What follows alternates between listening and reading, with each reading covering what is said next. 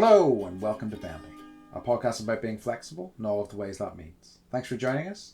My name is Andy Young and I'm one of your endeavouring, striving hosts. Joining me as always is our other endeavouring and striving host, Beth Martin. Beth, a pleasure as always. What's the crack? Let's keep striving. I'm excited for today's topic. Is endeavouring a word? Yeah. It is. Okay. Can you use So it like speaking that? of endeavoring, Sure. I finished probably 80 hours of Barbra Streisand. Oh hell yeah! I did Good it. Lord. Audiobook. Did it. I really liked it. Like, for all of her, her career, her political ideas. Like, at the end of the book, I'm like, how is she gonna put this in a wrap it in a bow and package it nicely? And basically, she's like, she's like, it's all about love.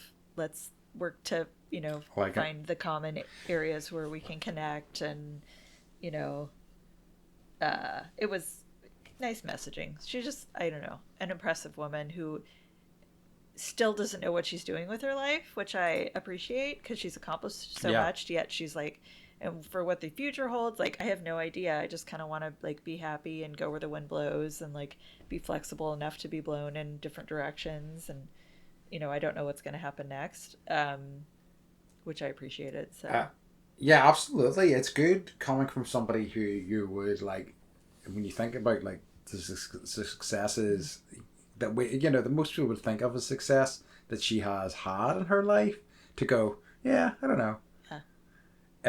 I don't know what I'm doing. Yay.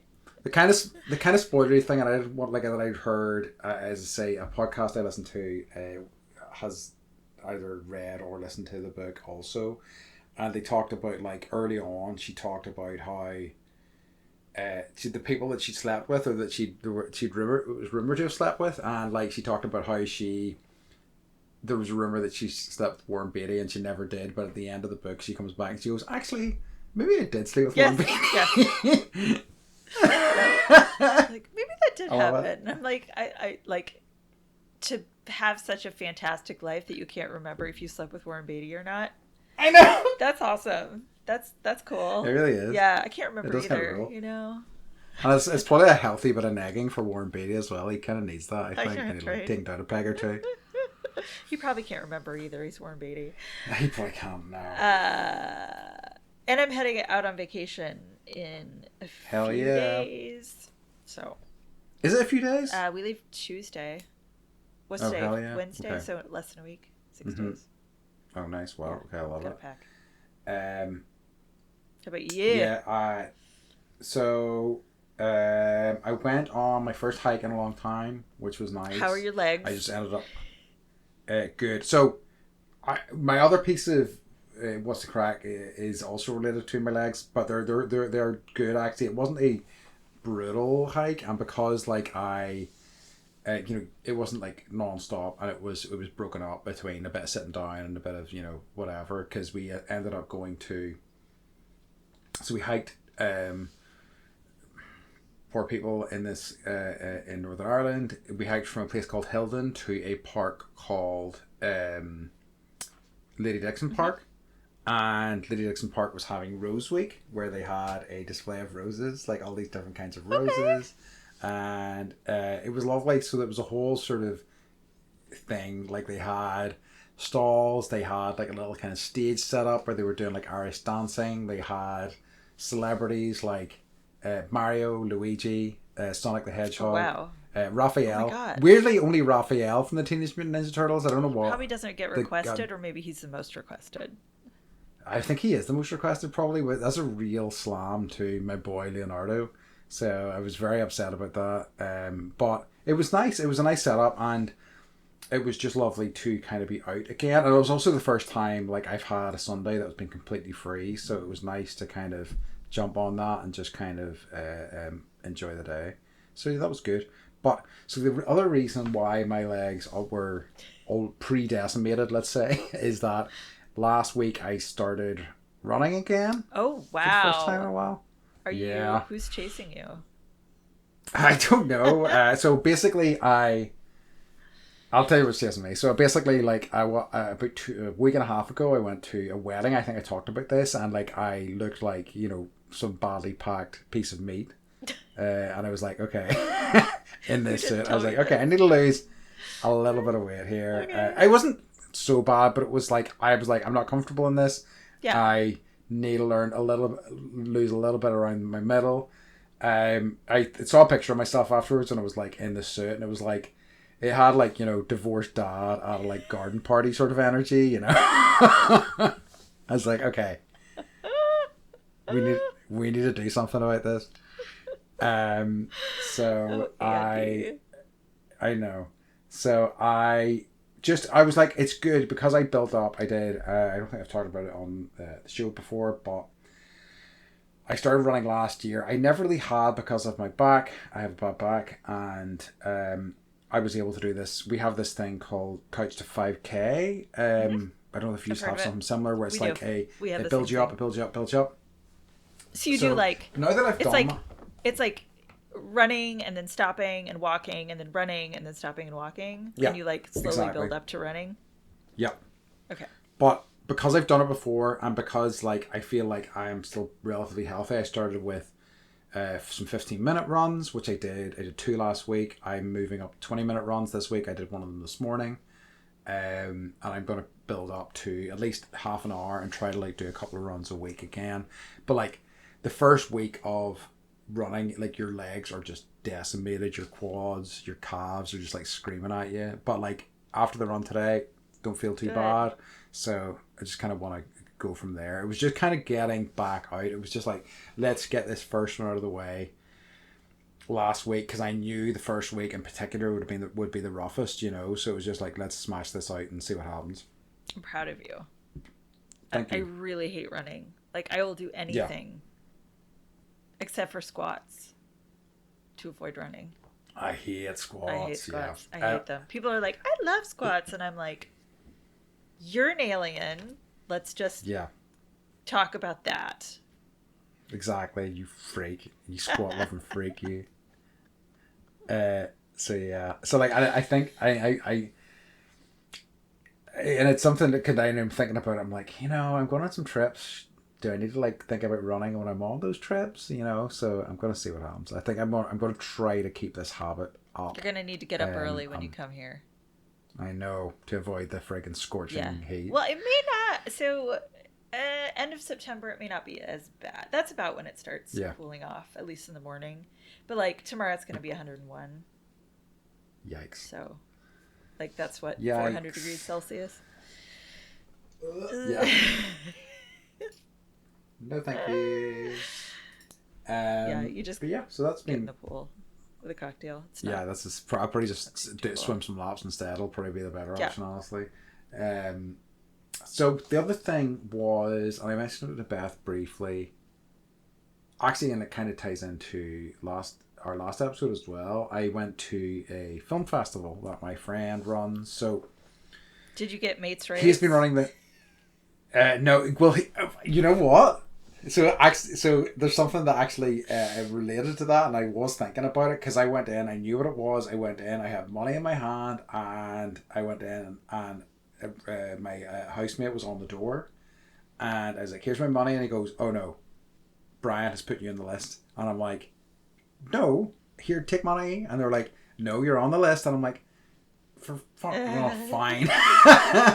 So I kind of was unhappy about it, but I got in for free.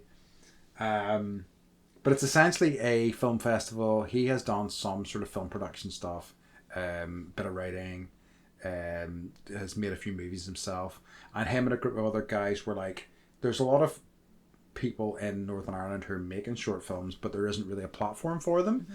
So why don't we have a yearly, I think it's actually multiple times a year, they have a film festival, and where?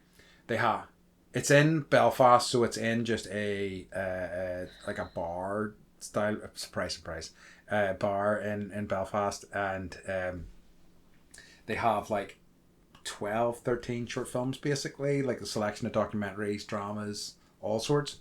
And it was really nice because I have been meaning to go up to one for years, but it's never really worked out time wise. And and it was good to finally get up to one, and just kind of see, you know, the range of stuff that's there. And like I have to say, by and large, the production value was fantastic. It was really well done. Like it was nice to see. And talking to a few of the regulars who've been quite a bit, they were like saying it's like day and night compared to, you know, 10 years ago or whatever, whenever they first started. The quality of stuff compared to now was staggering. Like some of it was so beautifully put together. But yeah, it was very nice. And it was just, and what I was talking about in terms of our last episode was about horror, but there was an episode about a movie, sorry, I should say, about a guy who told his grandson all these like horror stories about banshees and things like that, and the stories about them going out to the woods, and he like, this grandfather swears blind that the reason his father died was because he heard a banshee's wail one night. And everybody's like, no, your father drank himself to death, you can't come to grips with this, and all this sort of thing. And it was maybe not horror strictly, but definitely horror adjacent. You know, it was kind of had these kind of unsettling. Beth in the last episode asked me if I would like sleep out in the forest by myself, and this grandfather and his grandson spent a night in the woods together, and stuff happens. It was very good. So unrelated but related, we watched the original Thor the other night, and I was like, oh, you know, like it's bubblegum for your brain. Like it's lovely to watch, and it's fun because I love Norse mythology. But at the end, it was like directed by Kenneth Branagh, and I was like, that's right. Like I forgot that he directed the original, and then I was like, where's he from? Northern Ireland, Belfast. Yeah. And I remember when you took me up to the like very, very top lookout, and you're like, there's Lorne, and there's Carrickfergus, and there's Belfast. Like you could see everything. And they're like, you know, 15 or 20 minutes from each other. And it's just like, you should invite Kenneth Branagh to the film festival. Or see if you can have it at his house. See. Yeah, I know. He doesn't live here. Come on. He like is from here, but he'll have moved out. I know, but he's not like when you read his Wikipedia page, he's like, "Oh, I consider myself a Northern Irishman," and I'm like, "What?" Yeah. Damn it! Like another one. Know, did you see? I still haven't seen it, but like, have you seen Belfast? The movie he made about Belfast. No. It was like a love letter to Belfast and the town he grew up in. No. Okay, so like people lost their mind about. I haven't seen it. But people lost their mind about that shit. But I think it really kind of put our capital on the map a little bit. Do you know what I mean? And it's only maybe 2 or 3 years old. Yeah, it just came out. Yeah, but so Kenneth Branagh, everyone.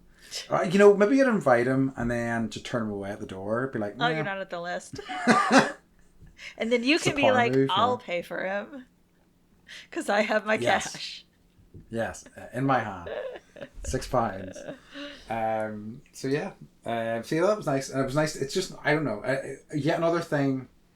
Good to get out of the house. Always nice to do different things. Always good to support my friends, even if they wouldn't bloody let me. You know, I tried. You did try. But I was there. I supported him with my presence, I guess, right? Which is something. You did. Well done, Andy. Yeah, I did. Thank you. Thank you. Way to show up. Send me congratulations. Yeah, right. If anybody wants to send me congratulations, please feel free. So I've got some occurring. Yeah. Somebody wants to pass on information about pro wrestling, which we did an episode not too long. So they said, I'm going to read this. 99% of pro wrestlers you see on TV have some traditional, because we were talking about like how much crossover is there between like professional wrestling and amateur wrestling. Yeah. So 99% of pro wrestlers you see on TV have some traditional wrestling skills. It's a basic, fundamental, essential in pro wrestling training. Back in the day, 1900s to 1980s, you literally needed to have some sort of shoot training because it was common for some wrestlers and promoters to get into business for themselves. And most of them in this time were very accomplished shooters in high school and college. So if you got beat up for real in front of fans on TV, it would destroy your reputation forever and the company's reputation that you worked for.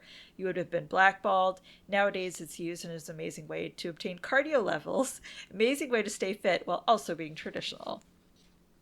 Nice. And I was I like, like it. what does shooting mean? What's a shoot? So I had to like Google that and like.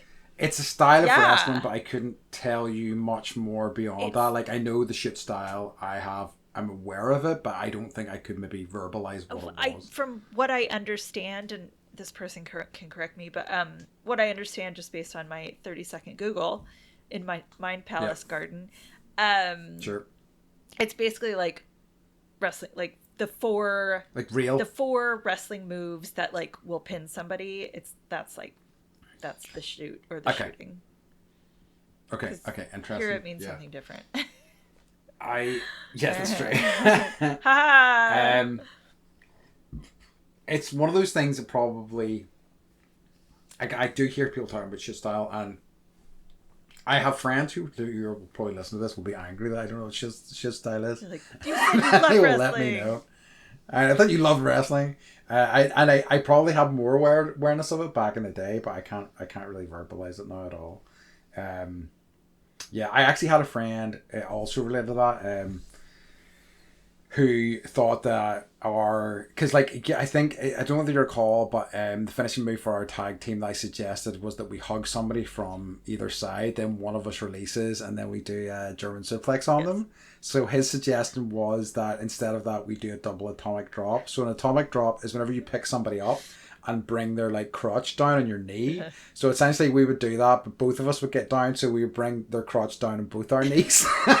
And the atomic drop is such a kind of heel move, like it's such an asshole move. It's like a Hail Mary in American football.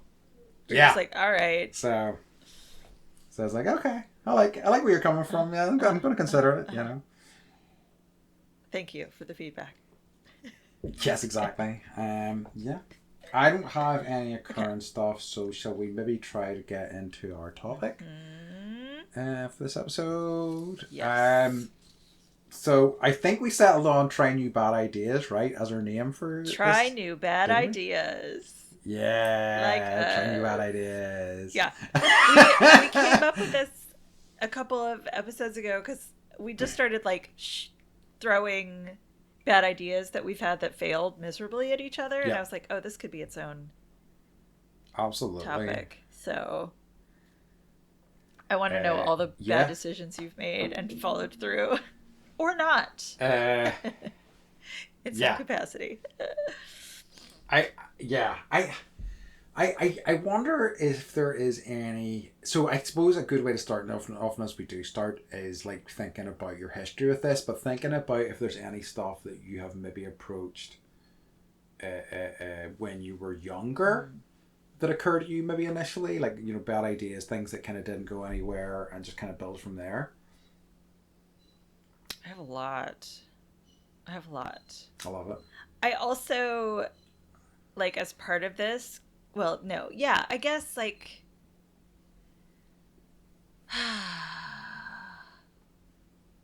I bought a Harley Davidson golf cart. Amazing. I love it. It was a really bad idea. That's okay. I have questions.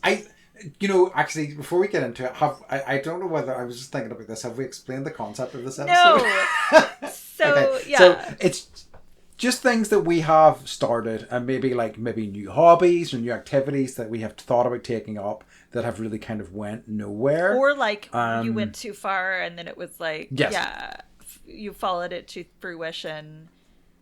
And then you were like, oh, I hate this. Yeah. But like, you know, and I think this is very kind of on theme for us, that it's important to try these things, because if you don't try things, you don't know what you like or what you don't like, you know. So it's good to try new things, even if they are bad. So okay, right, now that we've explained this, everybody's up to speed, right? Tell me more about your Harley Davidson golf. So this was 2007, like right around the time Mike and 2008 started dating, and I wanted my own Burning Man art car, Uh-huh. and but I didn't want to like buy an actual vehicle and like have to work on that. That's the whole, like, working on a golf cart is much easier than working on a car. So I found one for like 500. No, it's probably like $700. And like you assume Harley Davidson quality, Harley Davidson golf cart, not as, now I know, do not associate those two things together at all, at all, at all, at all. Mm-hmm. And in order to like work on it, you had to pull the whole top off of it. So anything you, Mm-hmm. because like basically with Burning Man, you build, they're called mutant vehicles, where you like decorate it and you put all this stuff on it. So we had all this like rattan furniture and like Mm-hmm. undercar lighting and like Christmas lights and pillows. And, but we had to like haul the whole thing, all of that off in order to work on the engine. And just like working on the engine, like Mike, I remember it was always breaking. He got so mad at it one time because he forgot the key at my house, but he was so fucking frustrated. He literally like with it because it wasn't running right, and like the gas wasn't flowing through the what's the thing that the gas goes through, Oh the no, gas you're filter, asking sorry. me. Uh-huh. And it was just like sputtering and like blowing smoke, and he like was so fucking pissed. He grabbed the ignition switch and ripped the whole Mm-hmm. thing out. And I was like, I could have just run home and gotten the key. It would have been a 20-minute drive. And he was like, I'm too angry. Like, I need to walk away. So then we ended up with like a, like, you know, like you have those little like switches that you toggle, like a little, Yeah. so that's what, To switch it on, to switch ignition that on was and the off. on switch. And it was like this It's whole okay. thing. We had it for 2 years. And then he was just like, I can't even deal with this anymore. Because all we did for all of Burning Man was work on the fucking golf cart and try and Oh, get it fuck fixed. that noise. Right. And then, Yeah. so yeah, then we ended up taking it all apart and selling it for like less than we bought it for. And anytime I say Harley Davidson golf cart just for funsies, he's just like, God damn it, that fucking like goes there. He goes there right away. Just brings him to that place. Yeah, that was Love a it. mistake that I made. That's a And then cracking I name. went I all love it. the like, I followed that bad idea through to fruition. Yeah. And beyond. But this is the thing, and then you know, and you're like, yeah, I think, and it's, you know, it's one of the things I always, in terms of like life events generally, it's hard to be told something. You kind of have to experience it because like you just won't, it just won't sink in. Otherwise, Yeah. you'll be like, oh, you know, that's where you're coming from. It's going to be different for me, you know. I have to learn my lessons. And sometimes it is. Yeah, I've realized that. Yeah. I have to learn my lessons. But I'm really okay at seeing other people's bad ideas and knowing it's a bad idea and being like, don't Yeah. follow that through. But not so much with myself. And maybe that's the case with everyone. But yeah, Yeah. that was a younger days bad idea. What about you? So I think I've always like, and I have a couple of different experiences with this, is I've always kind of circled thinking, do I want to do martial arts of some kind, right? So I know, right? Knowing me, I think this is my how favorite ludicrous- topic. how ludicrous a thing that is for me. And because I don't like competitive stuff. No, I don't like hurting particularly other like people. I don't like hurting other people. I don't like particularly touching other people in violent ways. No. I don't like being thrown into the ground in a hard way. None of those things, none of that stuff is anything I like. So like I did judo in university for a handful of years. I don't think I ever got around to actually going to it, but I did like I was going to go to a kickboxing class at one point in Belfast. I don't think I ever followed through with it, but I thank God, because that would have been the worst one. Right. And probably, and like the judo thing, I think I did a handful of classes, and I think judo was the one that was most appealing to me because it was essentially throws and holds and stuff. You know, you didn't actually you weren't punching somebody quite as much. It was the most appealing one to me, and even that didn't really shape out. But I did. So like maybe about 5-6 years ago, I was in a situation where I had a lot of time in my hands. I needed some distraction. It's also when I took up improv, which I'll talk about later. And I was like, oh, I'm going to do an improv class one night. I'm going to do jiu-jitsu another night. And it was fine. I did it for a month maybe, but I really didn't like. They really put a lot of pressure on you to like sign up for like, you know, the 6 month Yep. pass, whatever. And I'm like, I really don't like this. I don't like this pressure. I was like, I'm not minding it, but I'm not loving it either. So I was like, you know what, that's me. And kind of walked away from it. Then 2 years later, I think I and people shout at me for this because I'm not terrible with money, but I just don't really watch it as They were closely as a lot still of other charging people you? do. Yes. So essentially what happened was I was away for. So they didn't charge. This is the thing. This is what was really weird about it. It must have been like 6 months after I left, and they started charging me monthly about £60. So what about $80, Oh my $90? gosh. And the reason why I didn't notice it was very similar to a payment that was made to my yoga studio. It was similar. They used a similar payment system, so I just didn't. I'd seen it occasionally, and I was just like, oh, that's just the yoga payment. And the only time I noticed was whenever they changed payment systems, and I was like, hold on a minute here, what's that? Why is that? What is that now? And I went and I noticed that my yoga was coming out separately, and I was like, hold on, what's going on here? And they had just started charging me 6 months after the effect, which is like, I can kind of understand as a mistake if I was charged immediately after the time I was there, but 6 months later feels especially fucked. And what really pissed me off about it more than anything was that like when I first started talking about it, they were just like, well, you just have to be more careful with your money. And and everyone I spoke to in the banks and stuff like that, they were like, you have to watch this sort of stuff, and I'm like, fuck you. But until I finally got through to the department that handles that stuff, and they were like, oh, what the fuck? They were like, this is messed up. We're giving you a refund for this immediately, and we're going to track this money down ourselves. And I'm like, oh, thank God, you understand. You get it. You know this is probably bordering on fraud because like there was no like agreement for this. It happened well after the time that I was with them, and they immediately gave me a refund, which was fantastic. So that was heartening. But yeah, so that's in terms of my appetite for like trying martial arts again, that's probably the end of that story for me.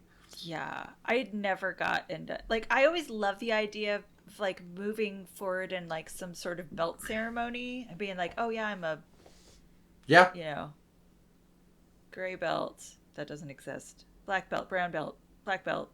But yeah, I don't actually want to do the work no. at all. Well, it's more like I think if I'm going to do work, I want it to be in something else. I want it to be in something, You like, I guess, yeah, creative or not that not learning how to hurt people better. Really, right. it's not my jam. So, what do you think leads you to make those kinds of decisions? I don't want to say bad decisions, but I'm going to say bad decisions because that's our topic. So I'm Um, sweeping generalization. like boredom certainly, Mm. and also like a distraction. I mean, like my life is, you know, I freaking love distractions. Like I love boondoggles and things that will not keep me. I used to think they would keep me avoiding stuff, but they do kind of keep me present and engaged in a way Mm-hmm. that I really kind of like and is really helpful for me. I Mm-hmm. think Mm-hmm. I think if anything, it helps me focus up in the rest of my life. So, and I love learning new skills as well. Like I really do, and I also I'm not afraid to make a fool out of myself really either. Do you know what I Yeah. mean? Like if I think we've talked about it before about that about like I think making a fool out of yourself is learning essentially a lot of the time, Absolutely. and that's fine, Yeah.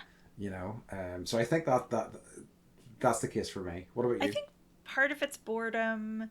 I think part of it too. It's like I get really, really, really obsessed with stuff. Like if I find Mm-hmm. a topic where I'm like, I'm Yeah. really into this right now, then I will like throw everything I have into it and like learn as Yes. much as I possibly can, do as much as I possibly like. I just like I like, and it's not like I'm dabbling. I don't dabble, I dive.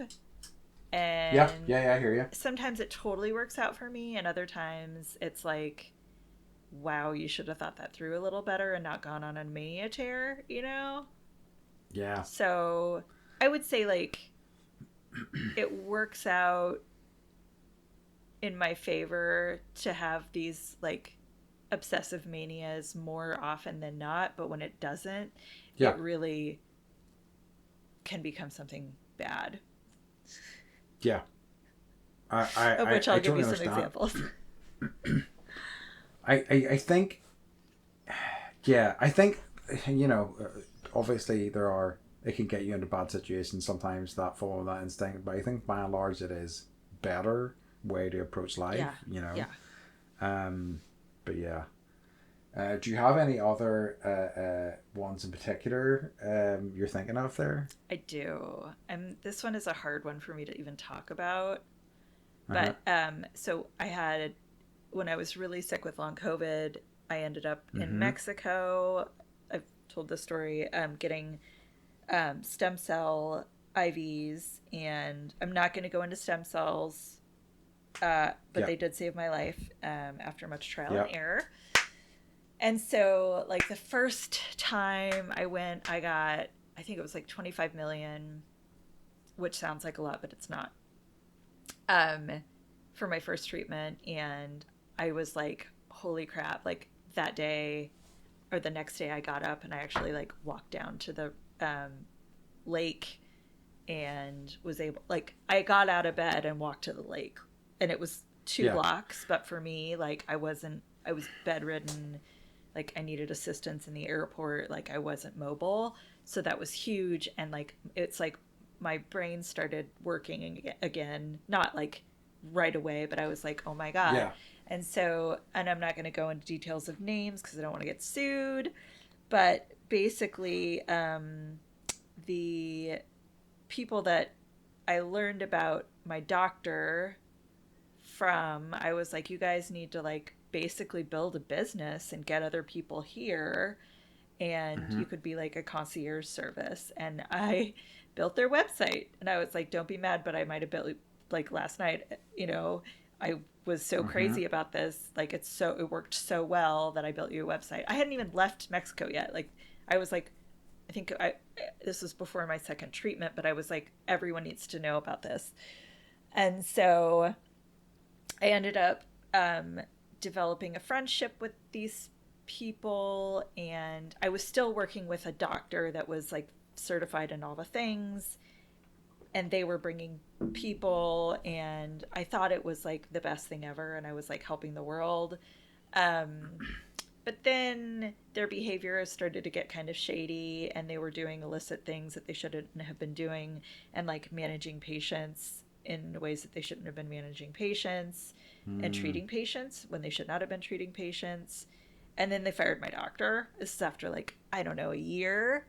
And so, and they fired my doctor in like in a not a nice way, but I was still connected to their. And by that time, I, like, they had offered me the CEO position of this company that I was like, you should build and I'll help support, and you know, I don't need payment, just volunteer. And they were like, why don't you be the CEO, and this can be like an international thing. And I was like, I'm way too sick for this, and I, like, Yeah. that's a lot of responsibility, but like that's where we were. Have I told you Yes. this?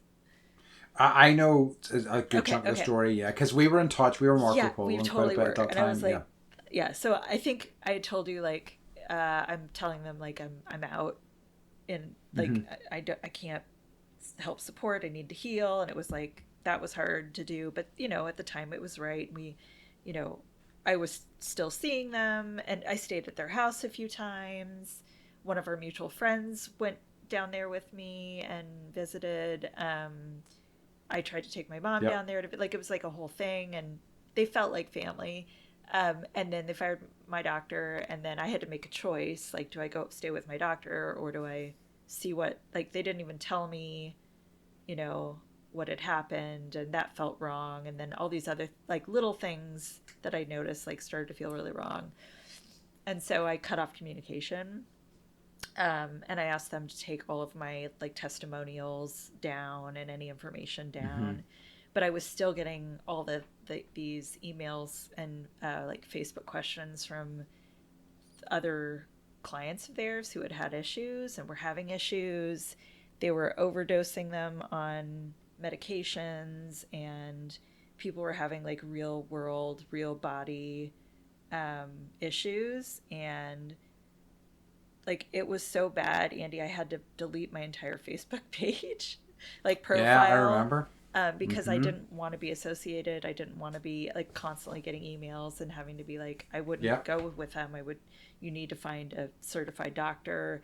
Um, and I was, so yeah, so that happened. So basically, and I looked on their website the other day, and they're bigger, they're in more towns, and I'm just like, oh man. And I was on Reddit, and I occasionally just like search for them, and it's like all these other people that are like, you guys are frauds, like you're taking people's money and not treating them, and it's like this whole awful thing, and I feel so much Freaking guilt and wild. so much remorse for being part of But this.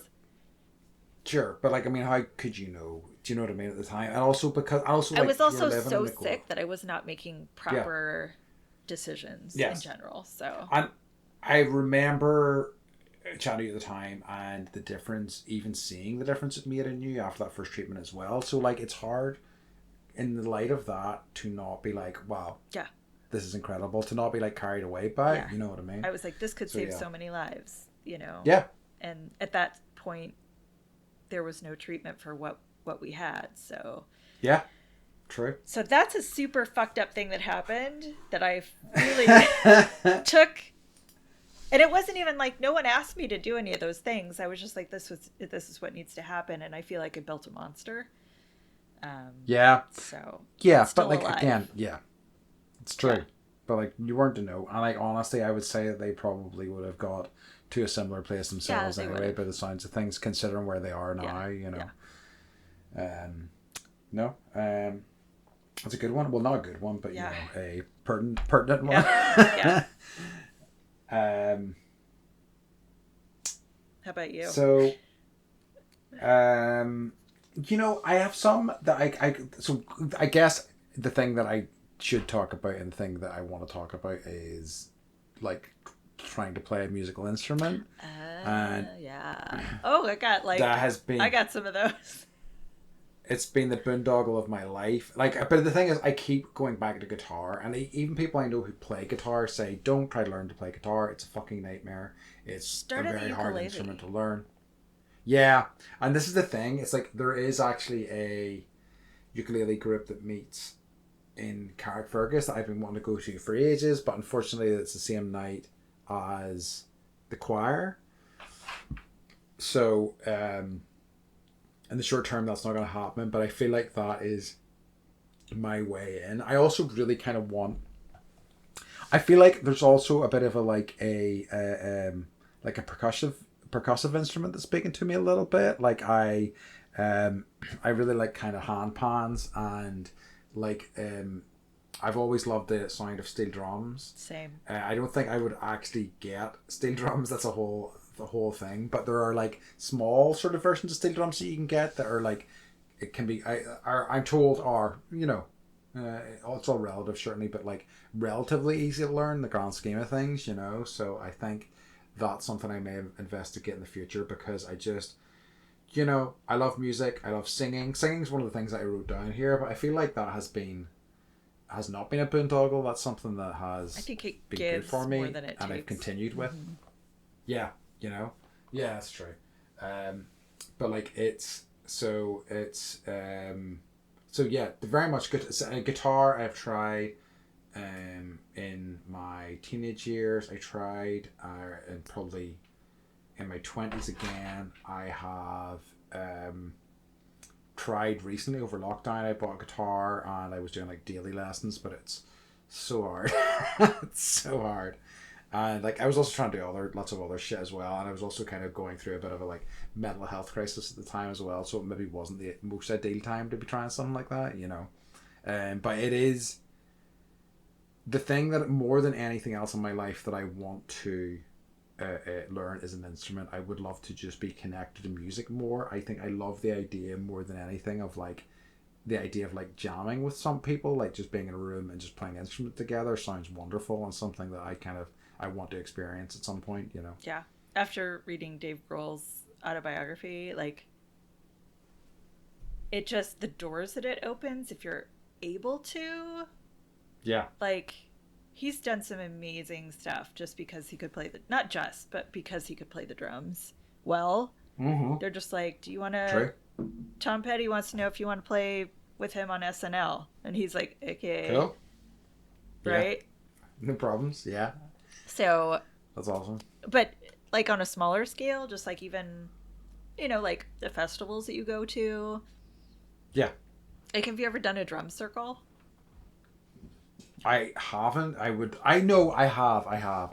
But not on a smaller scale. It was kind of a sample, but I would love to. That, you know, that's a good point because that's similar. I really should do a proper one. I really kind of want to go to like a kirtan, you know, and oftentimes they have drum circles and stuff like that more than anything. It's something that I've been circling for a while now, so I will get to one eventually. Yeah, highly recommend. Yeah. But I don't think that, like, I don't know, in terms of like bad ideas, I don't think it's ever a bad idea to like pick away at a musical instrument and be like, it's true, that's not quite for me. And like I can play piano by ear. Mm-hmm. Just takes nice. a while, right, to pick the notes out and then remember them. I could play the flute by ear, I can play the piano by ear. That's awesome. But much to my piano teachers and my flute teachers' chagrin. They're like, you can't read music? And I'm like, I really can't, you know. I tried for like 7 to 9 years and it's just not working for me. It's a nightmare, like it really is. It's so tough. But I commend you for that. Yeah, thank you. What about you? You got another one? I don't know if I should talk PhD cult or parrot fostering. Which do you want to hear about? You know both of these, but which do you think? I do. Let's go PhD cult, I think. Yeah. Okay, so I had this idea because I was super into yoga and I'd gotten my 500-hour certification and I was like, I think I want to like, I don't know why I was like, this is a mania. I was like, I'm going all the way. I'm going to learn how to speak and write Sanskrit and I want to get my doctorate. This is what I want to do. Remember. And this is like, I don't know. I think I was needing something in my life other than doctor's appointments. And I wanted to use my brain and like exercise it in some way. And I was like, and they had it. There's a college that I'm not going to name because I'll probably get sued. This is a theme for me, Andy. This is horrible. Or this is just like America at its worst. I was going to say it's this litigious country that you live in. Yeah. But like, so I found this program. It was online. And it had a yogic studies PhD program. And I was like, this is fucking perfect. And I did a term. I think I took 3 classes. So it was like intense. It was a lot. Like at that level, it was a lot. And it was going to be, I think, a 3 or 4 year experience. And as I was going through the classes, like things just got weird. And it's like, in America, you have to have certification and there's like governing boards and bodies that make sure that like you're accredited. So I would have gotten my yogic studies and I would have gotten my master's in counseling at the same time. And I was like, that way I can go in all directions, right? But yeah, things got weird. And like the things we were talking about, it was kind of like yoga school where it was like bare your soul. But I was like, but this is education and like, I shouldn't be talking to other students or professors about, like, they shouldn't be forcing me to talk about these things.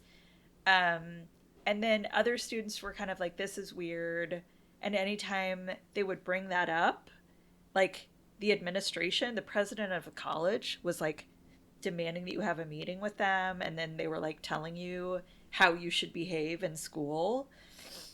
And then, like, how the way they structured it was, like, life of the mind, and this is how you're supposed to be learning, and everyone else is wrong kind of thing.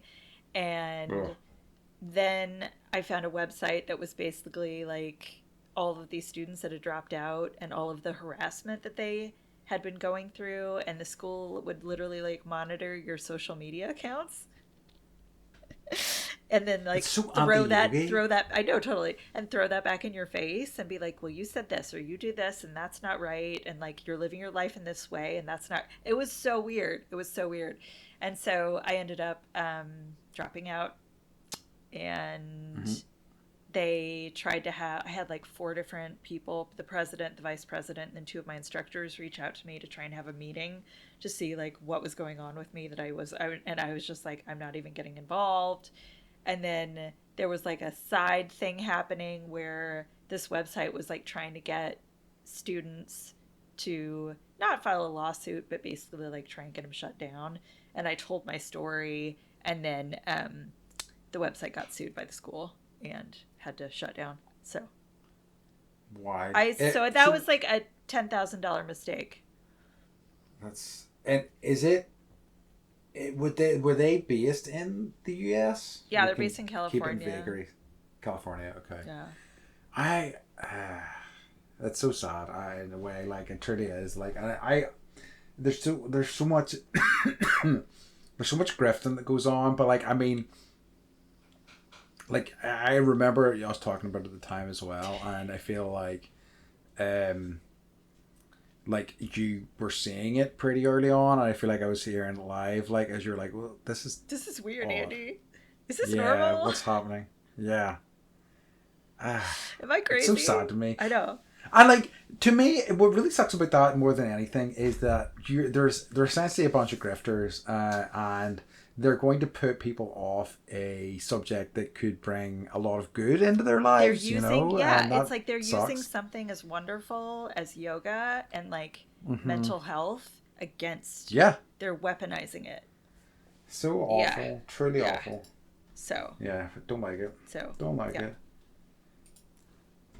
What about you? So I'm not, most of my stuff, like a lot of my other stuff, is like very short term stuff. Like and I've written other things here, and I'm like, yeah, I kind of did some stuff with that. Like I've circled writing for many years, so I've Mm-hmm. done like a screenwriting class. I've done like creative writing classes. I really didn't like the teacher in the creative writing class, That totally and matters. it really Uh-huh. does. And like the poetry class, but I think that writing is something I always do get back to eventually, and I think that it's all that stuff that I did was kind of foundational towards that. The one thing, and I really only I didn't buy any equipment or anything like that, but the one thing that would surprise I think a lot of people is that I got to play golf for a while. And I think the reason I did that was because my dad was such a big golfer for many a year, and I was like, well, there's probably something to that. So was my uncle. Like so many men in this country are into golf. I think it's pretty true of the US as well. And but I just couldn't get on with it. I just didn't like. I like a crazy golf. That's good fun. Yeah. But like Like beyond putt that, I putt. just have no appetite. Yeah, I remember like trying at a driving range a couple of times, and this is what really kind of put me off. And I just like found it, and it's maybe just because of my swing or whatever. Like my forearms and my arms were like so sore afterwards, and I was just like, I don't care enough about this that I want to like feel sore after doing it. Right. It's very So un-Scottish yeah, of you, Andy. isn't that right? I Yeah. know, or Irish for that matter. It's a very kind of it's a national pastime in both these countries. It is here Um, too, but it's more like if you're a man in business, you play golf, and that's where Yeah, business because it's happens. about Is on networking and stuff yeah, like that. on the Yeah, golf course. that's yeah, it's kind of insidious. The other one, like I feel like I got something out of this, but I thought I would pursue it more. Was that I did woodworking, for a term. So I did about 12 weeks of woodworking, Okay. and I really enjoyed it. I made a table, which was Did it nice. stand? Yeah, It Have I does. seen It's still it? standing. I should have showed it to you. You have seen it. Okay. It's, you know, the table that has my Jabba the Hutt Lego on I it? was gonna say, is it the table with Legos on it? Yeah. Okay. Yeah. That's a So nice table. I was pretty. It is a nice table, and I was pretty pleased with it. And I'm like, I don't think I had as much of an aptitude as some of the people that did it, but I quite enjoyed it, and I think that had I had, because I think woodworking is a all-consuming sort of skill. I think if you're going to do it, that's what your hobby is, and I have too many other things that I enjoy doing. But I think it's something that, you know, as when I retire, it's something I might like, you know, circle back to, you know, because it was quite rewarding putting something together and seeing it, seeing how it looked, and like seeing it, you know, and seeing it being functional was really kind of quite satisfying, you know. But yeah, that was a good one. That's good. That I'm realizing that you really don't make bad decisions, Andy. I'm looking at my list and I'm like, oh my god, Beth. I think I do, but like I think that I think I lose patience for them more quickly than you do. I think you maybe stick through with them for better or for worse than I do, you know. Whereas like I think I'll quite quickly go, this is not for me, and just kind of walk away from it. Like I had a conversation with a good friend the other day about my aptitude for like the Irish goodbye, like whereas I just will like leave. Yeah. You know, I'll just be like, I'm done. Bye. Or not even bye, just be like, you know, fade into the background like Homer, like friggin' retreating into some bushes, you know. Yep. And then you like find a door to get out and get to your car, and you're like, yeah. I'm out of here. I did it. See you around, suckers. Yeah. But yeah, I definitely make bad decisions. Don't worry about that. It's mostly in relationships I make my bad decisions. Yeah. But anyway. I mean, mine are like sometimes illicit, right? But those are like younger bad decisions where I'm like, that was probably dangerous or whatever. Yeah. But I've got one more that's pretty short. So I was as I was feeling better, this is another Mexico story, but as I was feeling better, I was going down to get treatment once a month for about a week, and I started like renting my own car and then like getting my own Airbnb and cooking my own food because I was feeling better. And I just wanted to I was like, okay, if I'm going to be here for a week of the month, like I want to explore and see things and kind of see what's around because it's a really cool area. And so for some reason I went with like the cheapest rental car, and normally like you go to the airport, you pick up your car there. This time the guy picked me up out front and was like, we're going off site. And I was like, okay. And then, like, it's never a good idea to get into a random stranger's car and drive away, right? Sure.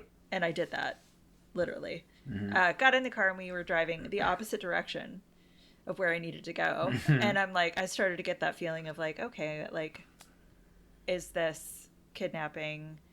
This, you know, I don't want to like generalize, but like, is this cartel related? Like, I'm a woman on her own, very sick, trying to just, I'm a girl all alone, trying to find a rental car. But so yeah, and it was about a 15-minute drive of me like heart palpitations and like got my cell phone, and then like we pull into this like newer building, like it doesn't even have windows on it yet, and then they give me this like shit beater car, and I was like, oh, okay, I'm here, this worked out, like don't tell Mike this ever happened. And like drove it around all week, was fine, and then I couldn't find, like it was on this weird, like it's literally on the freeway, and I couldn't find the location because all of these little stores and like storefronts are so close together. So I thought I found the place and like drove in, and I found this lady, and I'm like, I'm looking for this address, and she's like, oh no, it's back the way you came. And I was like, okay. And she's like, don't even get back on the freeway, just drive on like the shoulder in the opposite direction of traffic coming your way on the freeway. And I was like, okay. So I proceed to do that, driving, like, and it was farther than I thought it would be. It was, Andy, I'm so stupid. Like, I could have died That's twice. sketchy. Yeah. Found the place, but it was just like, I'm driving around telephone poles and like trying to wait for traffic to like give a little so I can like make my way. It was so bad. And there, like, the shoulder in Mexico is different than the shoulder here, right? It's like there's holes, there's rocks, there's tires, there's, there, it was like being in a video game, kind of, just with my life. Well, I don't love it. Yeah. Yeah.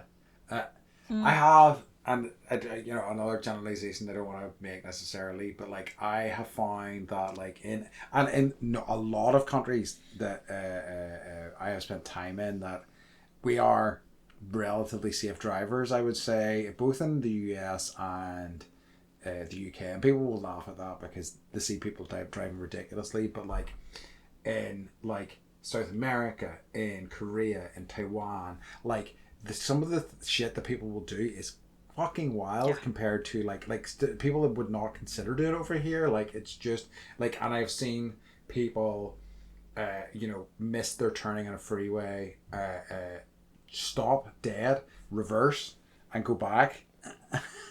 And like stuff like that, and I used to see things like that or adjacent to that all the time, and I was like, that's fucking crazy. Like, and people aren't great over here, but you do not see that sort of behavior, Yeah.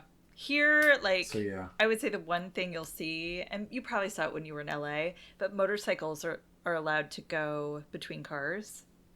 Yes. And like they're allowed to ride the line, and it's, and then they're not allowed to, but they pass into oncoming traffic. I was just driving yesterday, and like in some of the hills that I'll show you, by the orange orchards, and like I got passed by 3 motorcycles, and like every one of them I'm like, you're gonna die, like around these like giant curves and turns. You would not have been able to see if anybody's coming, and I was just like, this is a bad idea, don't do it.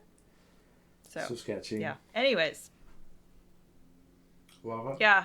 I think here's to making more bad decisions in the future. Huzzah, here's the bad decisions. I mean, do you know what I mean? They're a learning thing. They are a learning thing, Andy.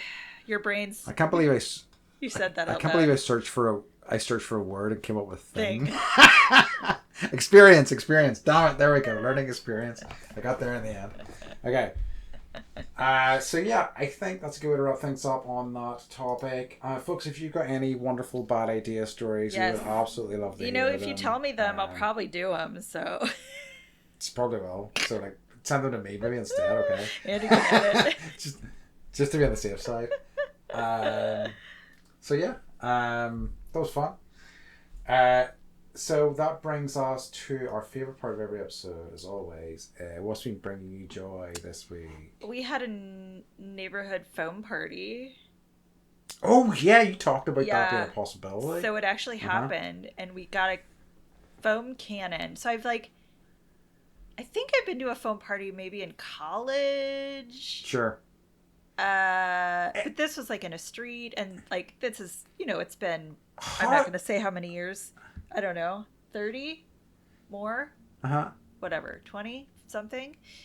So technology's thinged, bubble machines have changed, foam quality and color has changed. So this lady shows up with like, it's not that big. It's like maybe like 2 feet, 1.5 feet. And like a giant like container with these crystals that she would pour in. And it got probably like 6 feet high. And there's like all these children and adults, like everyone's just like throwing foam on each other.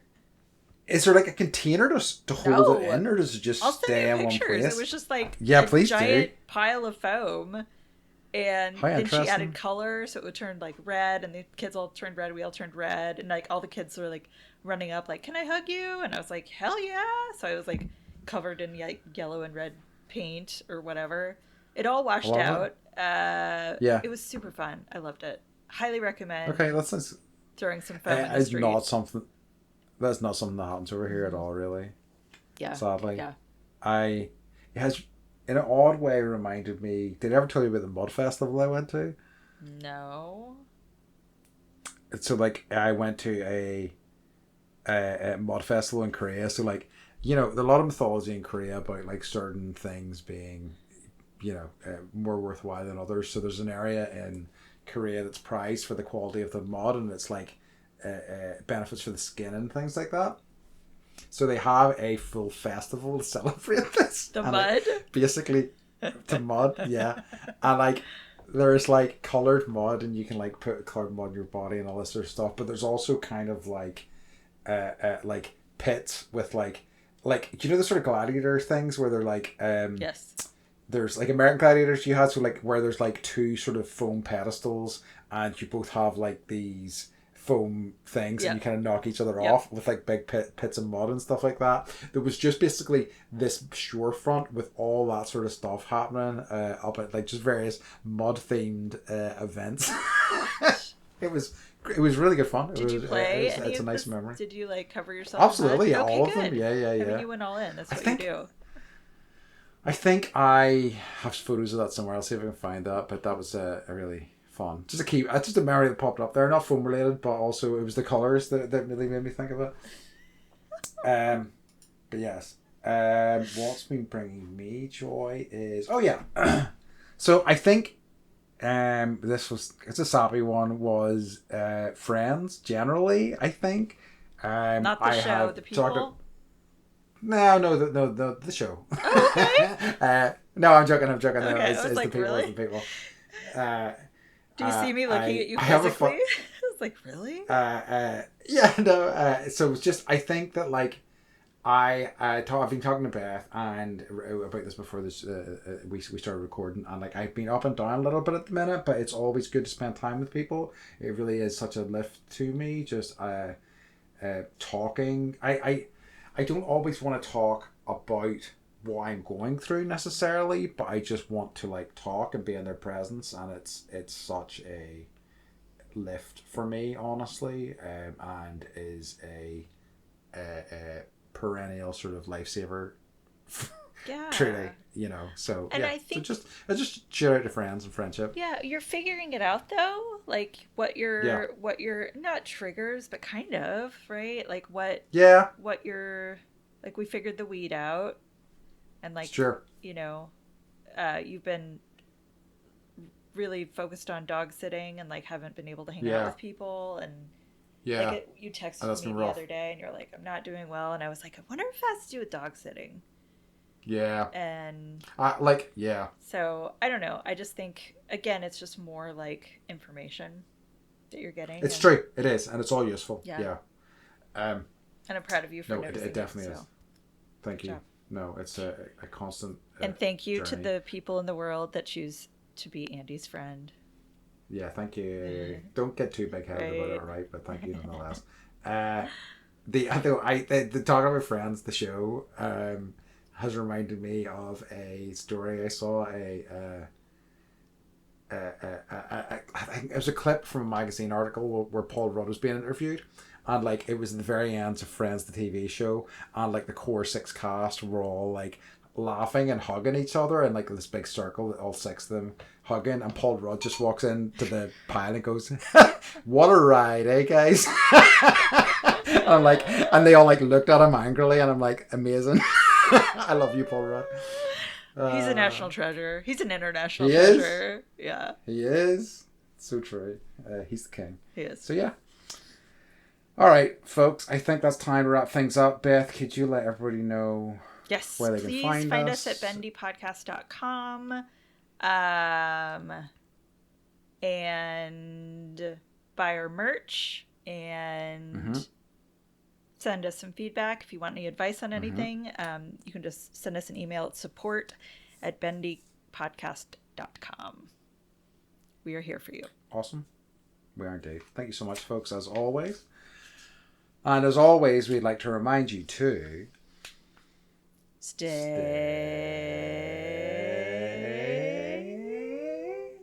bendy.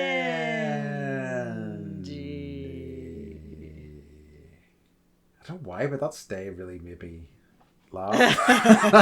It was hard to stop. All right, folks. We love you. Love you. Bye.